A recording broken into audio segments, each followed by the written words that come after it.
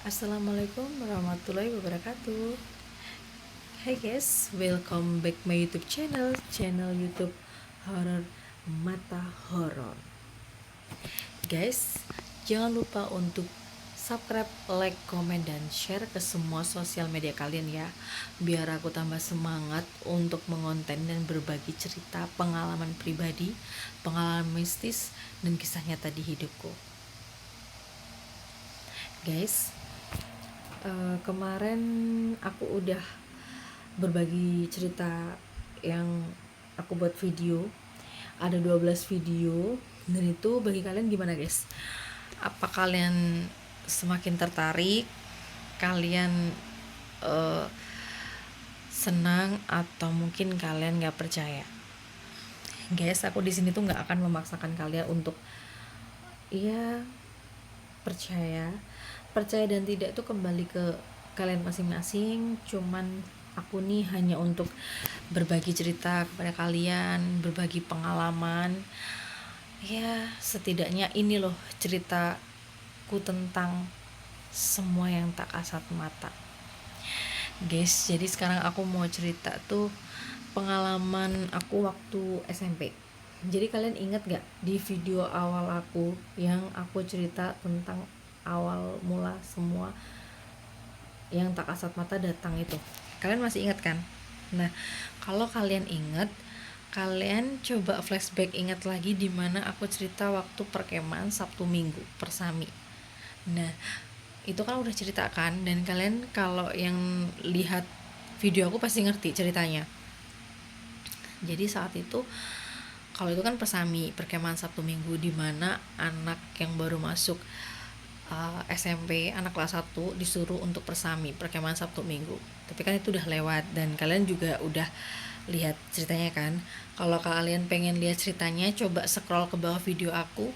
Itu nanti kayaknya di part 1. Iya, ada di 3 part. Nanti kalian coba kalian lihat ya, kalian scroll ke bawah, nanti kalian lihat. Jadi kalau ini video aku, pengalaman aku ini, aku waktu kelas 1 SMP. Jadi setelah Persami itu kan itu baru 6 semester. Jadi kalau ini tuh aku udah masih kelas 1 tapi mau ke kelas 2. Jadi aku udah ulangan guys. Jadi saat itu tuh di kota aku, di Madiun, di Kabupaten Madiun, itu tuh diadakan yang namanya Jambore Nasional. Jadi Jambore itu tuh kayak kemah juga, tapi dia lebih banyak guys gitu. Jadi kalau Persami kan cuma satu sekolahan, dan itu pun Sabtu Minggu. Kalau Jambore itu ini banyak banget. Jadi misal satu Kabupaten Madiun ya, di Kabupaten Madiun kan banyak kecamatan.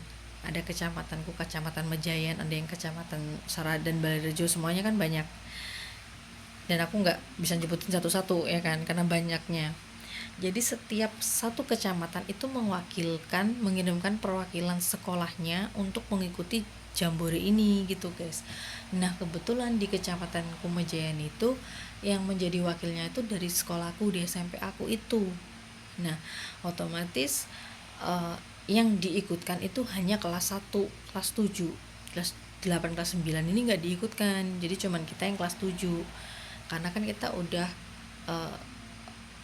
ulangan, udah mau kenakan kelas. Jadi sebelum liburan diadain Jambore, dimana Jambore itu 5 hari 4 malam. Bayangin, 5 hari 4 malam guys. Dan itu kemah terpanjang di dalam hidupku ya. Biasanya kan kemah ya Sabtu Minggu kayak yang kemarin itu. Aku SD juga pernah kemah juga Sabtu Minggu. Tapi ini Jambore. Tapi emang kalau katanya kalau Jambore itu emang 5 hari 4 malam guys. Karena kan ini kan banyak ya yang ikut, bukan cuman beberapa orang satu sekolah, tapi banyak. Nah jadi itu tuh berangkatnya kita hari Senin. Jadi hari Senin aku masih ingat, itu hari Senin kita berangkat, itu kita naik truk terus karena bawaannya kan juga banyak, jadi bawa 4 truk. satu truk ini untuk anak-anak perempuan sama pembina pembina kakak tingkat yang kakak apa pramukanya ini bantarannya tuh juga ikut yang perempuan juga. Terus yang truk satunya buat barang-barangnya anak-anak perempuan, yang satu truknya buat anak laki-laki, satu truknya tuh buat barangnya anak laki-laki gitu guys. Dan ketika kemah ini tempatnya lumayan jauh, bahkan jauh sih kalau dari tempat tinggal aku. Jadi ada mungkin perjalanan 2 jam. Itu padahal kita naik truk ya guys, truk yang atasnya terbuka gitu. Jadi kita naik itu ada 2 jam. Jadi mungkin kalau kalian yang di sekitar kotaku pasti ngerti deh. Jadi tempatnya ini, bumi perkemahannya ini di antara Kabupaten Bojonegoro sama Kabupaten Madiun. Jadi dia kayak perbatasan tengah-tengah gitu guys. Aku nggak bisa nyebutin desanya, tapi intinya itu, cluenya itu pasti kalian ngerti lah. Bumi perkemahan ini terkenal kok. Tapi saat itu emang pengalaman pertama kalinya aku datang ke situ gitu. Dan pertamanya ya kita seru-seruan, kita ketawa-ketawa gitu kan, naik truk gitu, perjalanan jauh, dan tuh ngelewatin hutan-hutan. Itu hutan lebat banget, jalannya pertama tuh besar, makin kecil, mengecil. Cuman emang sih saat itu aspalnya udah lumayan agak bagus, tapi emang jalannya tuh berkelok-kelok tapi hutan gitu guys. Banyak banget kayak pohon jati kayak gitu tuh, banyak banget. Terus abis itu kan kita udah ngelewatin banyak yang kayak gitu, pohon-pohon kayak gitu. Akhirnya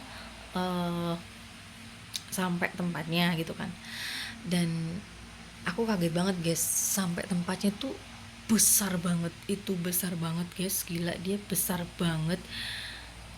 Aku nggak bisa deskripsikan ya namanya bumi perkemahan pasti besar ya guys. Cuman emang dia itu dari arah jalan raya, dia nggak berdampingan sama jalan raya, jadi dia lebih ke bawah, dia menjorok ke bawah gitu loh guys tempatnya deh. Jadi ini jalan raya nih, terus di sini ada lapangan voli, ya kan, lapangan voli.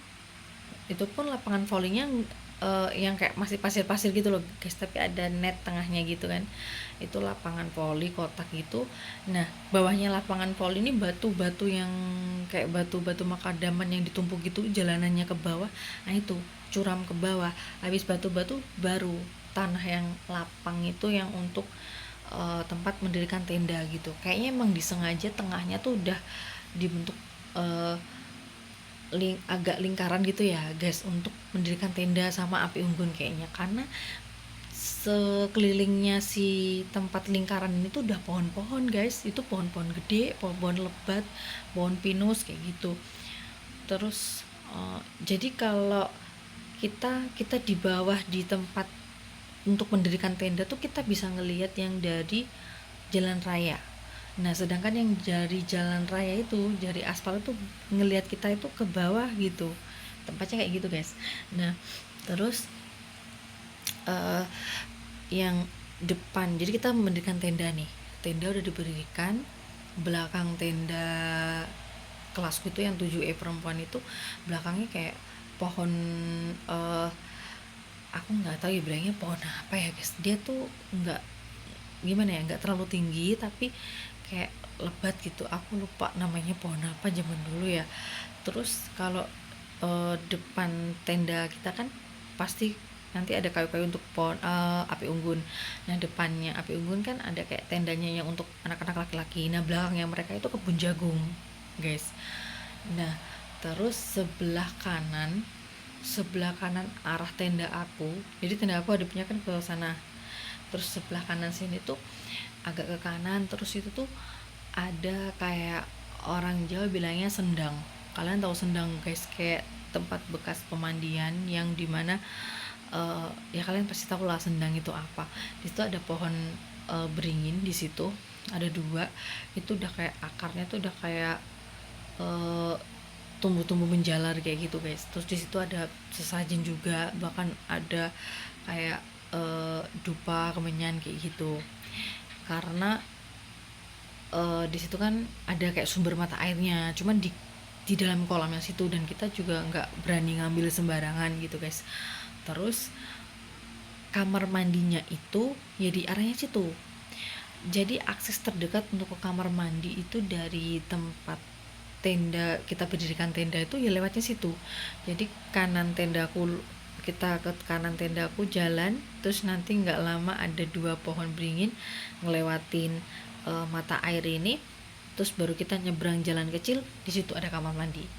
Nah kamar mandinya pun guys itu kan 3 atau 4 deret, aku lupa, kayaknya 3 guys kalau nggak salah loh ya, atau 4 lupa. Samping sebelah kirinya itu pohon asem gede, aku masih ingat. Dan di belakangnya kamar mandi itu udah jurang guys, udah, ini kamar mandi belakang sini tuh nggak ada alang-alangan atau pohon atau apa, dia los ke bawah, udah jurang, guys. Terus habis itu uh, kalau gini guys, logikanya emang kalau lewat situ emang gelap banget, gelap, nggak ada penerangan guys. Jadi di tempat perkemahan itu nggak ada penerangan ya. Adapun lampu dari tempat tenda kita tuh ya kita tuh pakai ini diesel kecil gitu guys, karena kan ini jambore ya guys, pasti kan nggak bisa kalau kita cuman manual pakai lilin itu kan juga nggak bisa. Jadi uh, pakai diesel gitu untuk menerangi, itu pun satu tendanya boleh dapat 1 lampu yang digantung gitu. Nah kalau kita mau lewat jalan raya yang lapangan voli ke atas itu nanti jauh guys, muternya ke kamar mandinya jauh karena harus ngelewatin pasar pun itu bukanya cuman pagi, siang, sore, malam udah nggak ada. Nggak tahu kenapa di desa itu sepi guys, padahal logikanya harusnya kan kalau dia deket bumi perkeman gitu kan ada orang jualan atau ada toko-toko jualan, itu nggak ada, sepi. Aku nggak tahu di tahun sekarang mungkin udah ada, tapi di zaman aku 2011 itu nggak ada gitu guys, nggak ada yang jualan, nggak ada jualan, jadi sepi guys. Masih penasaran? Kalau masih penasaran, ingat jangan lupa untuk subscribe, like, comment, dan share ke semua sosial media kalian. Nanti aku terusin di part 2. Terima kasih.